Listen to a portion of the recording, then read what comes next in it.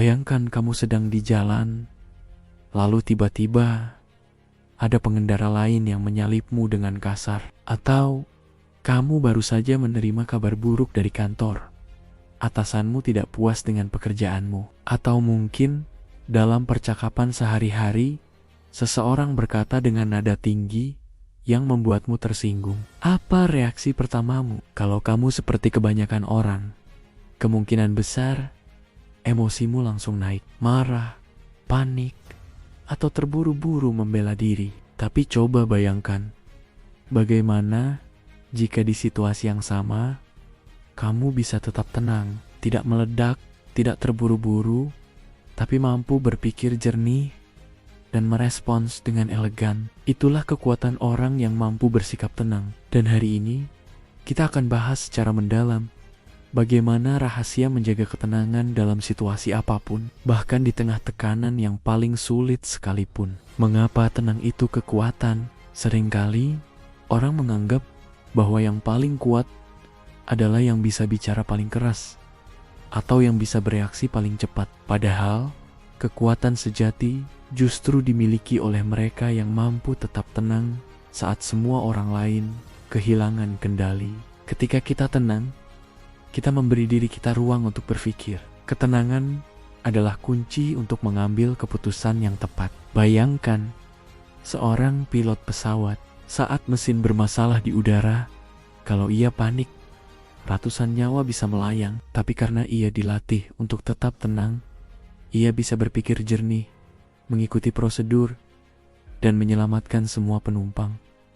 Hal yang sama berlaku dalam hidup sehari-hari. Di kantor, orang yang bisa tetap tenang di tengah masalah akan lebih dihargai daripada orang yang panik. Dalam hubungan, pasangan yang mampu bersikap tenang saat konflik muncul akan lebih mudah menjaga keutuhan hubungan. Tenang bukan berarti pasif. Tenang berarti mampu mengendalikan diri sebelum mengendalikan situasi. Hambatan utama untuk bersikap tenang.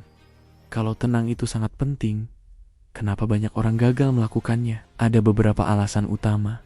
Ego yang terlalu cepat bereaksi. Begitu ada kritik atau hinaan, ego kita langsung merasa diserang.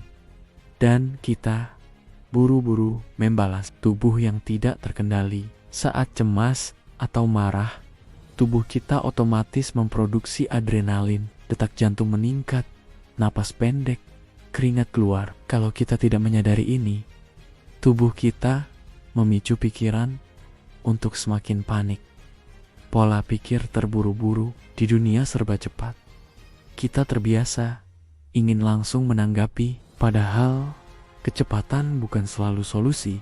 Kurangnya latihan tenang bukan bawaan lahir, tapi keterampilan. Orang yang terlihat selalu tenang biasanya sudah berlatih puluhan kali di situasi-situasi kecil. Dengan memahami hambatan ini, kita bisa belajar cara mengatasinya. Strategi bersikap tenang dalam situasi sulit. Nah, sekarang bagian paling penting. Bagaimana caranya? Ada beberapa strategi praktis yang bisa kamu terapkan dalam kehidupan sehari-hari. Sadari emosi yang muncul. Kunci pertama adalah kesadaran. Begitu kamu merasa jantung mulai berdetak cepat atau pikiran ingin meledak, berhenti sejenak. Katakan pada diri sendiri, aku sedang marah, aku sedang cemas. Dengan memberi label pada emosimu, kamu menciptakan jarak antara dirimu dan perasaanmu. Kamu bukan emosimu, kamu punya pilihan untuk tidak langsung bereaksi. Atur napasmu. Pernapasan adalah senjata ampuh untuk menenangkan tubuh. Tarik napas dalam lewat hidung, tahan sebentar, lalu hembuskan perlahan lewat mulut.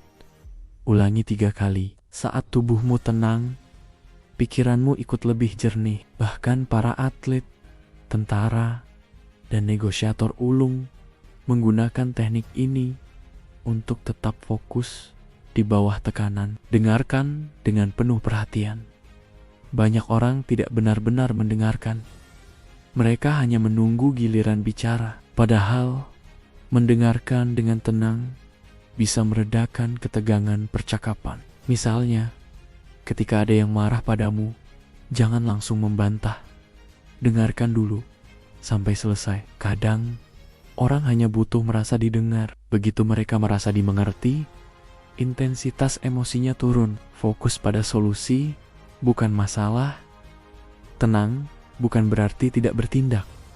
Justru dari ketenangan lahirlah solusi. Alih-alih berkata, "Kenapa ini selalu terjadi? Oke, apa yang bisa aku lakukan sekarang untuk memperbaiki situasi?" Dengan mengalihkan energi ke solusi, kamu tidak terjebak dalam drama emosi. Latih respon, jangan ikuti refleks. Refleks pertama kita biasanya defensif. Membalas hinaan dengan hinaan, membalas teriakan dengan teriakan. Tapi respon bisa dipilih. Setiap kali kamu dihadapkan pada situasi sulit, berikan jeda 1-2 detik sebelum bicara. Jeda itu kecil, tapi sangat menentukan. Disitulah bedanya orang yang bereaksi dengan orang yang berespons. Bangun kebiasaan tenang dari hal kecil. Ketenangan bukan hanya dibutuhkan di saat besar. Mulailah melatih di hal-hal kecil. Saat menunggu antrian panjang, tetap sabar. Saat menghadapi macet, tarik napas dan nikmati waktu mendengarkan musik. Setiap latihan kecil ini melatih otot ketenanganmu. Jadi, ketika masalah besar datang, kamu sudah terbiasa. Mari kita lihat sebuah contoh nyata. Bayangkan, 2 orang manajer di perusahaan berbeda. Keduanya menghadapi masalah serupa. Proyek besar gagal, klien kecewa, dan tim panik. Manajer pertama langsung marah-marah. Ia menunjuk kesalahan orang lain, teriak di depan timnya, dan menyalahkan keadaan. Hasilnya, tim makin kacau, semangat kerja jatuh, dan masalah bukannya selesai malah makin runyam. Manajer kedua memilih tenang. Ia menarik napas, mengumpulkan tim, lalu berkata, "Oke, ini situasi sulit, tapi kita akan cari jalan keluar bersama. Mari kita lihat apa yang bisa kita perbaiki." Tim merasa tenang karena pemimpinnya tenang. Mereka lebih fokus dan akhirnya menemukan solusi. Pertanyaannya, manajer mana yang lebih ingin kamu ikuti? Jawabannya jelas. Yang bisa tetap tenang, itulah bukti bahwa tenang bukan hanya untuk diri sendiri, tapi juga berdampak pada orang di sekitar kita. Bersikap tenang membuatmu lebih berkelas. Orang yang bisa bersikap tenang selalu tampak lebih berkelas. Kenapa?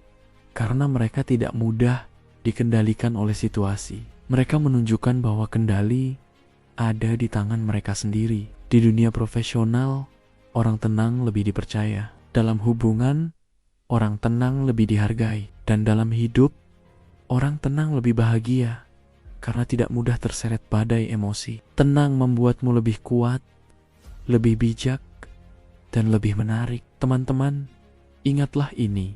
Hidup akan selalu memberi kita ujian. Ada kabar buruk, ada konflik, ada orang yang memicu emosi. Tapi kekuatan sejati bukan diukur dari seberapa keras kita melawan, melainkan dari seberapa tenang kita bisa berdiri. Sadari emosimu, atur napasmu, dengarkan lebih banyak, fokus pada solusi.